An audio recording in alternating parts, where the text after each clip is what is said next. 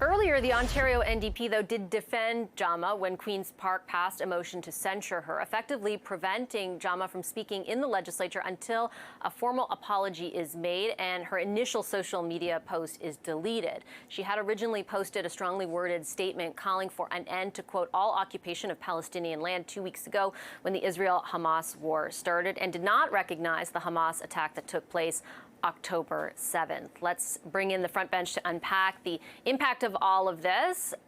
With me this evening, former senior advisor to the Liberal Ontario governments of Dalton McGuinty and Kathleen Wynne. Dan Moulton is here. He's now a partner with Crestview Strategy.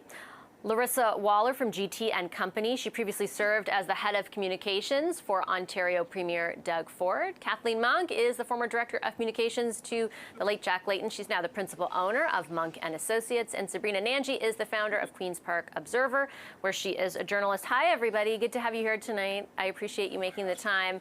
Sabrina, I'm going to start with you because you cover Queen's Park day in and day out. And they're kind of, I think, two separate but related topics. Let's start on Marit Stiles removing Sarah Jama from caucus. What do you think? I know Ms. Stiles has addressed this kind of like what was the straw that broke the camel's back, but like what do you think was the ultimate moment that prompted her to do that? Yeah, I thought Stiles was a little vague on that when she was pressed today. But certainly there's been this series of events over the last 2 weeks since Jama has been this source of controversy. I think, as you said, the straw that broke the camel's back happened today. That clip that we heard this morning of Jama speaking in the House to the PC's motion censuring her, when she said, you know, she seemed to sort of double down on her original pro-Palestinian comments. And so what I'm hearing from my sources in the NDP is that they were all about her making a statement. I mean, obviously this motion had to do with censuring her specifically, so they felt she should be able to speak to it, but she didn't exactly read from the prepared remarks. You know, I think one thing that was a bugaboo for the NDP in particular was referring to Israel's apartheid occupation. And it's just been, you know, a bunch of surprises for the NDP, and they've sort of been forced into damage control mode over these last 2 weeks. I mean, Jama now, you know, filing a cease and desist and threatening the premier with a lawsuit, which he's fighting for defamation for him calling her out on her original statement. She pinned her tweet after this awkward 24-hour standoff when Marit Stiles initially asked her to take it down. I mean, it has been a series of events, but I really think this morning's comments, I mean, it really caught them off guard, and there's a lot of folks in caucus who aren't happy about it.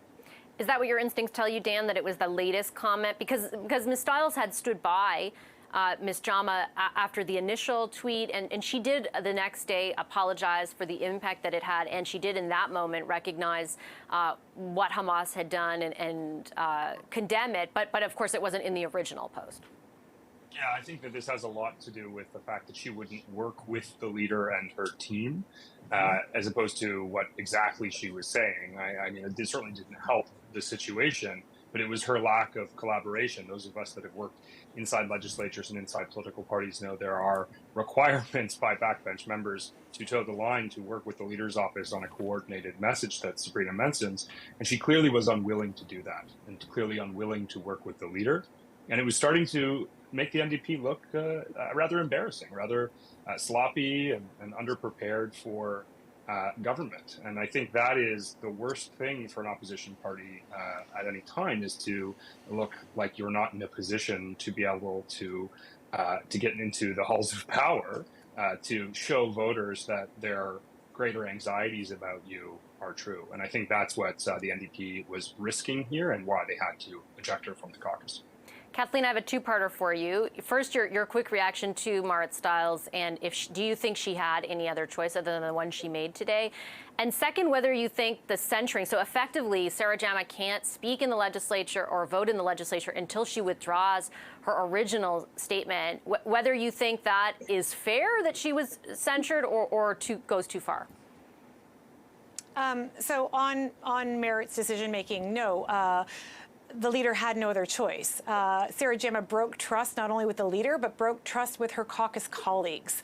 A caucus is a team. You've got to work together. And listen, I can tell you firsthand, I worked with the NDP. There is a lot of room for debate and different views. If you paid any attention whatsoever to the federal convention that happened just a weekend ago, there was a lot of debate on the floor. We welcome that kind of debate. But the problem was that Sarah Jama repeatedly broke trust. And it's not about towing the leaders or the executive party line. It's about, you know, having a no surprises clause. And just to segue to your second question, Vassy, I think it actually shows that New Democrats are welcome and open to different points of view by the very fact that they voted against the censure. I think actually Doug Ford and his caucus are acting in a petulant way by trying to silence a member.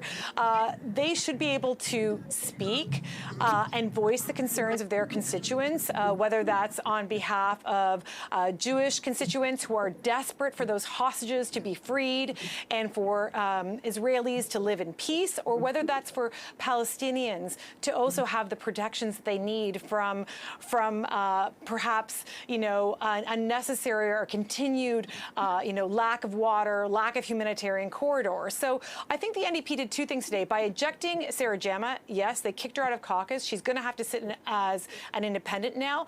But by the caucus actually continuing to refuse to vote for the censuring her, the silencing, the muzzling of her, I think they stood up to their values by saying, no, you can't silence a member of Queen's Park.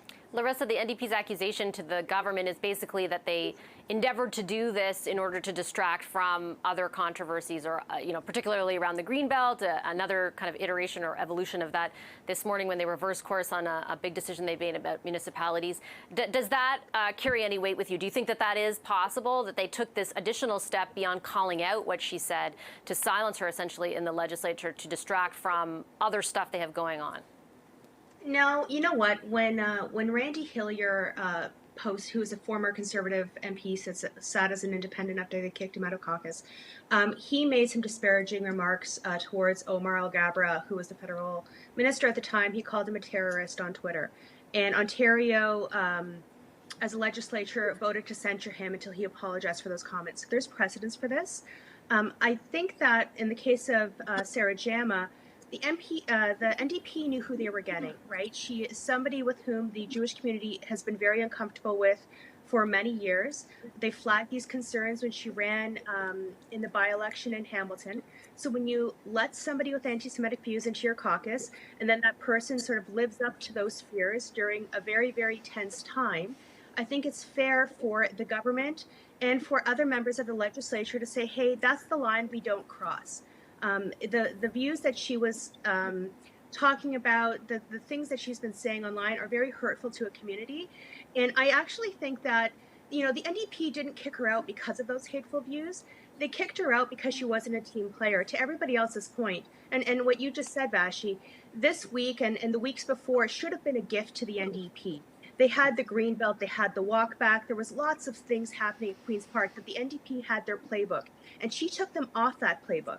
So today, instead of talking about the Greenbelt, talking about the walk back, we're talking about Sarah Jama. And that's not because Doug Ford is a brilliant political strategist. It's because of what she did. So I think she bears responsibility for taking them off of their track.